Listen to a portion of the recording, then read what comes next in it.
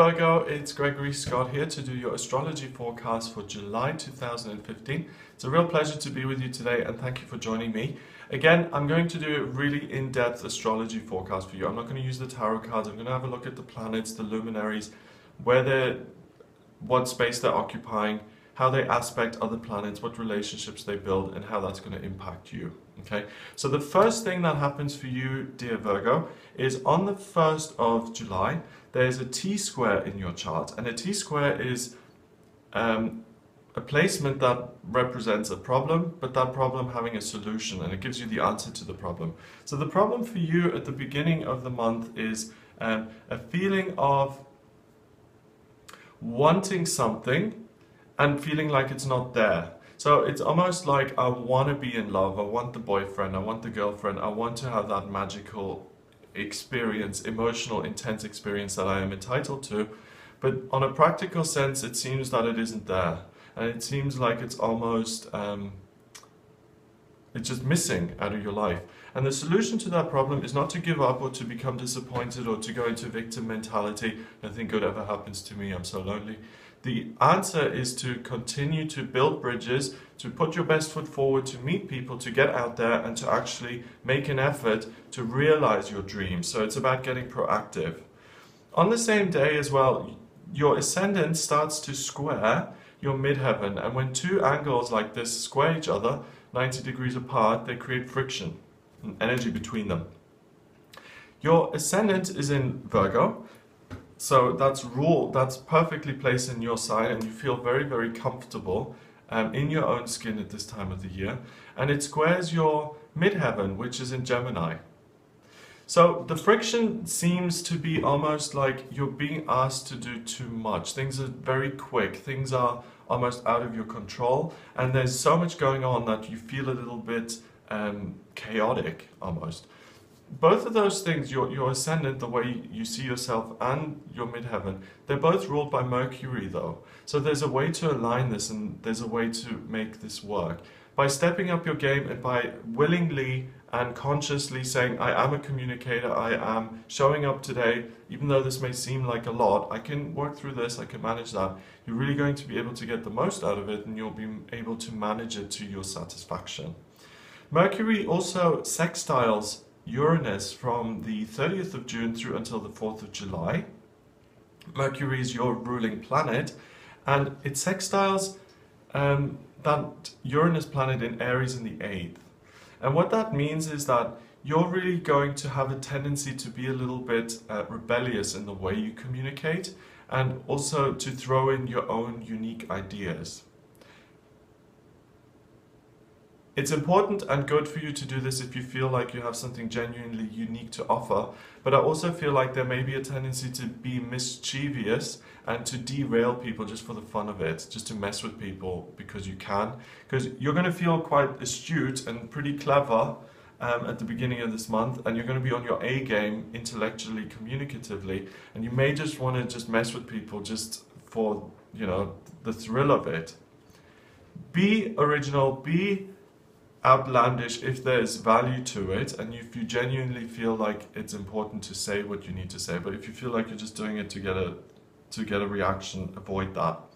The 2nd of July sees the full moon occurring in Capricorn, and this is conjunct with Pluto. This is a bit of a dark full moon. It's like Night of the Living Dead.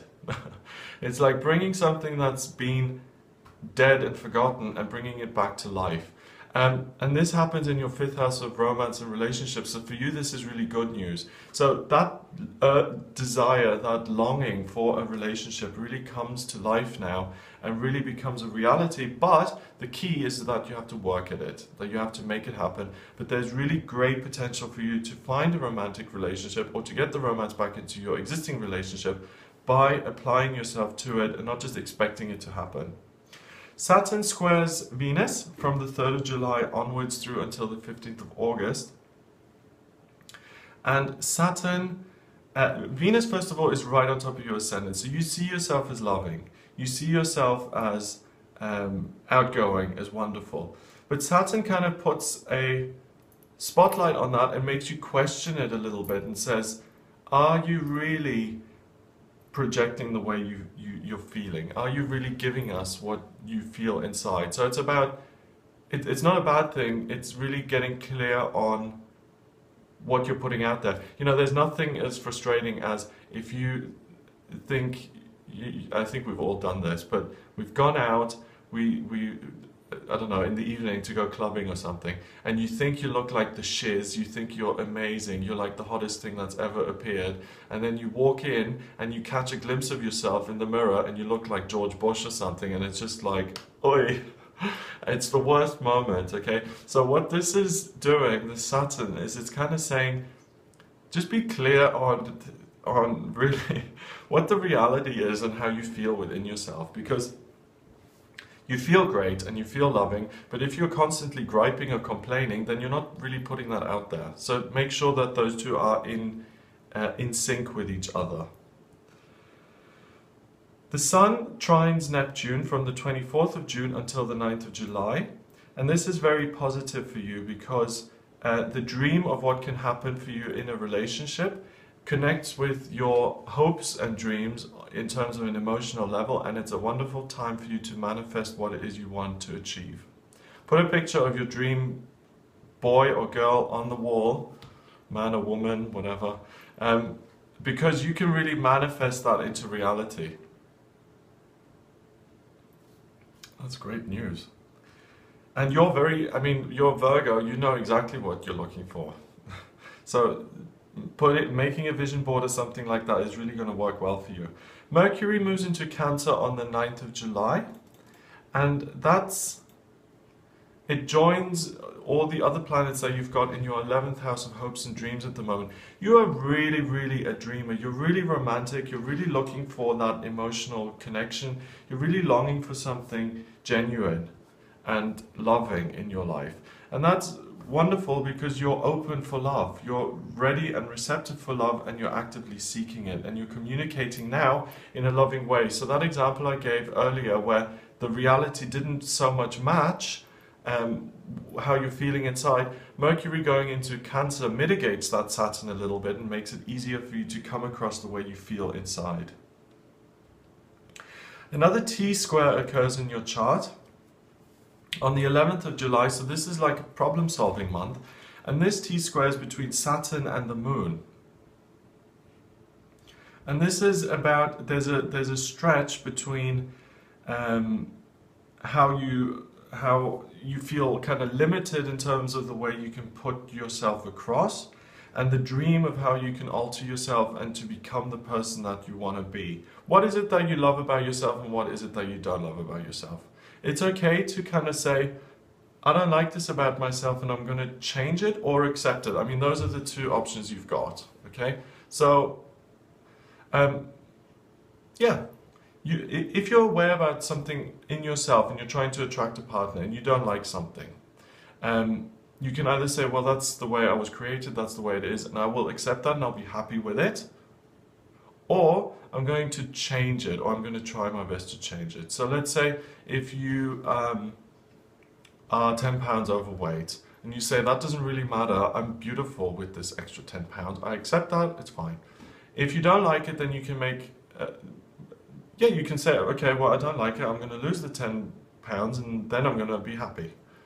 You've got that choice, okay? And on this, the 11th, I really see that you realize something about yourself that you then have that choice on, and I want you to make that choice, because that's going to make you even more lovable, more loving, and it will engage you with this process of finding someone in your life even more, or becoming more loving with the person who's already in your life. People always ask, is this also for singles or is it just for people in relationships? It's the energy that applies to both. Mars has conjuncted the Sun for the whole of June, and it ends on the 12th of July. It makes you, it stops driving you forward so strongly, and also Pluto has been in opposition with the Sun from the 27th of June until the 14th of July. Things kind of slow down a little bit for you. You're not, the first half of July, you're absolutely driven and living in a place of, want to manifest this relationship. It slows down a little bit now, and you become more accepting of what is. You have more trust and more faith that things will take their own natural course, and you feel more comfortable with your circumstances. Venus also conjuncts Jupiter from the 17th of June through until the 13th of August. And this is the last month when Jupiter is in Leo, which is really your time to shine, and your ability to shine. And you have a real knack for spiritual connection this month, Virgo. You are in love with spirit. I think you feel the love of the universe. You're really connected with what the universe has to offer.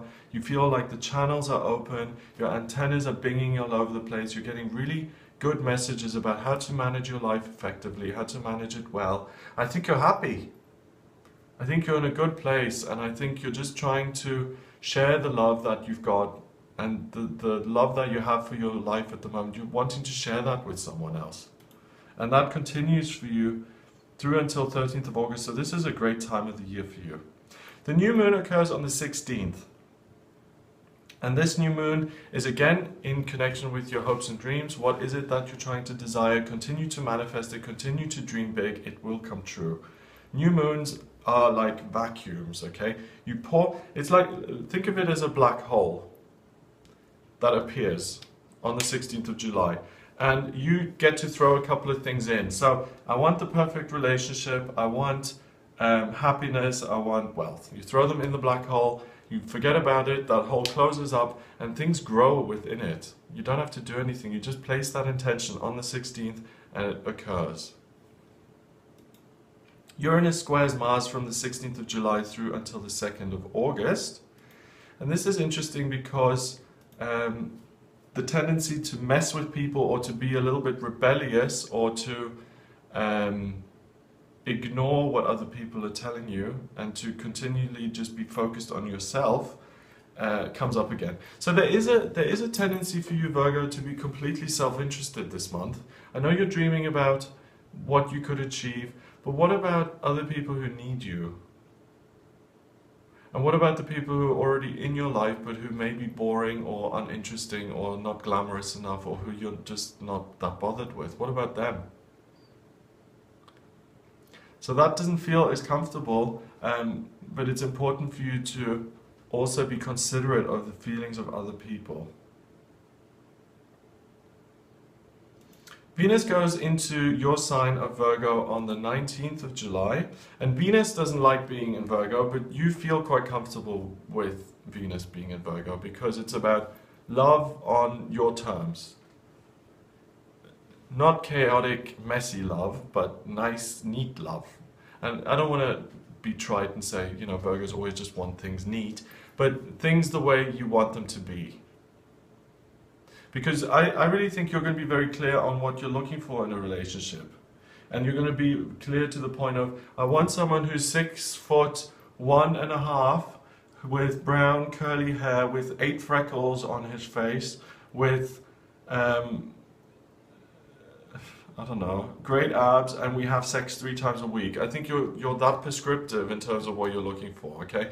And the goddess of love doesn't like being that detail-oriented and prescriptive because it's about being carefree. So you are very comfortable with this placement.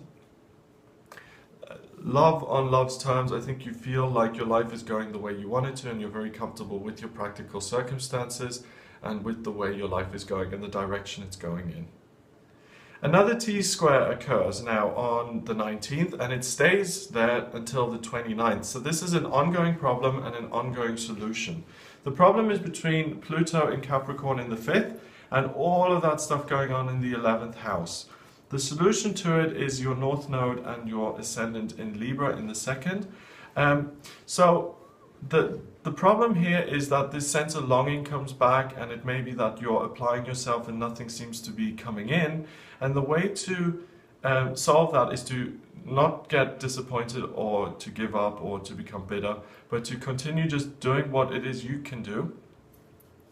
But also to focus on work and seeing how you can help other people through your own work. So what I said earlier with you being a little bit self-centered and not being so considerate. A great way for you to work this month is to actually think, well, what expertise, what skills do I have, and how can I work at sharing those with other people to improve their lives?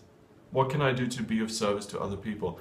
When you think along those lines, I think you're going to really earn money. I think you're going to add value to your own life. And I think it will be a kind of reciprocal two-way street where as much as you help other people, they'll help you get back. And that then can resolve the romance situation, whereas, you know, the person you help at the supermarket then turns around and says, hey, do you want to go for a meal? You know, it's that kind of thing. So it's give and take. Okay.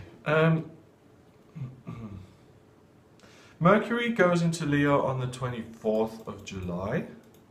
And that's really good because it joins your Jupiter and your Sun in your 12th house.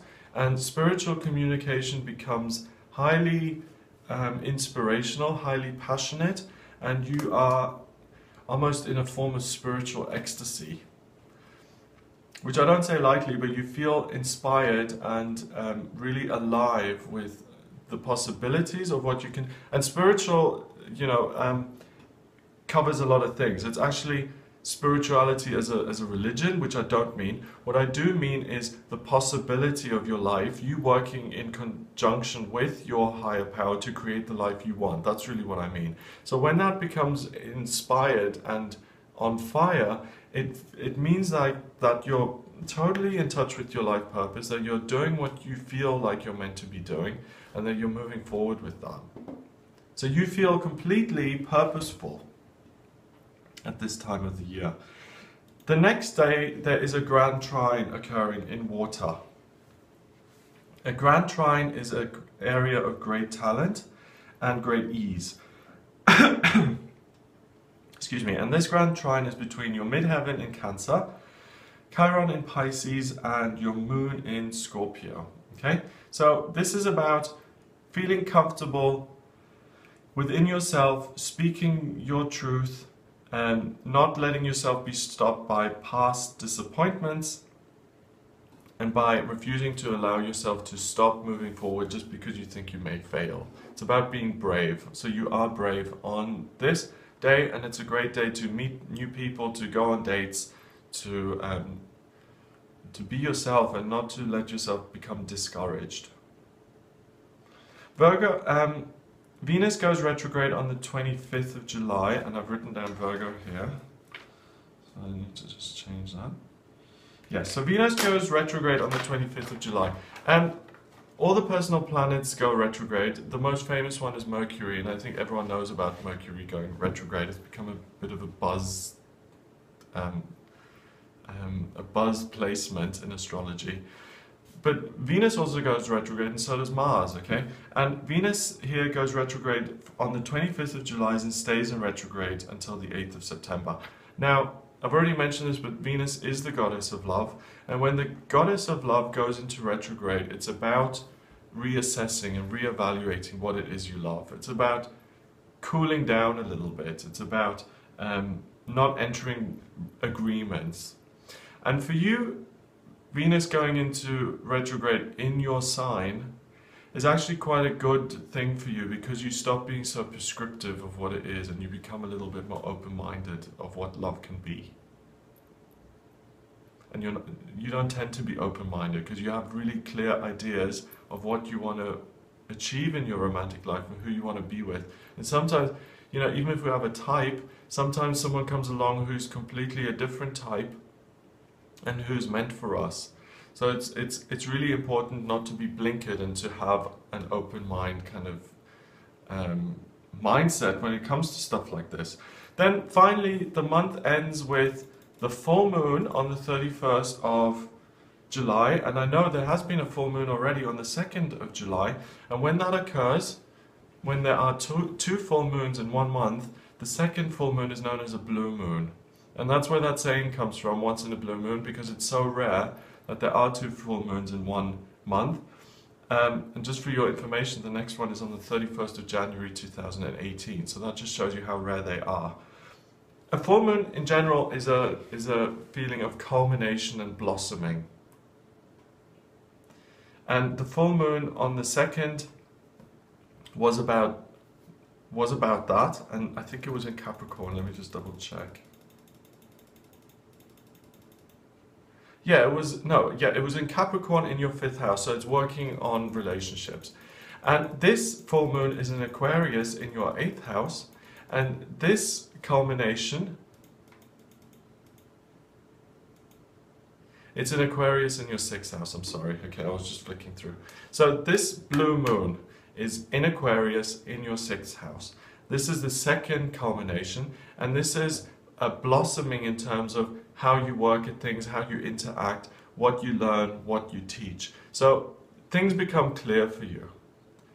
Spiritually, especially, the spiritual work that you've been doing throughout the month now gives you certain ideas and allows you to have an understanding that you did not have at the beginning of the month. So you really, really learn something about the universe, about yourself and the meaning of your life and why certain things happen. And it gives you an acceptance of why things are sometimes the way they are and why they don't match the way you would like them to be.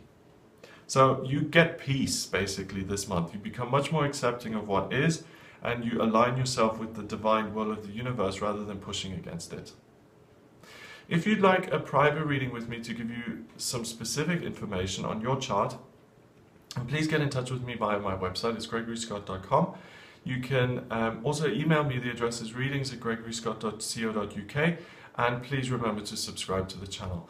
Have a wonderful July, and I'll speak to you soon.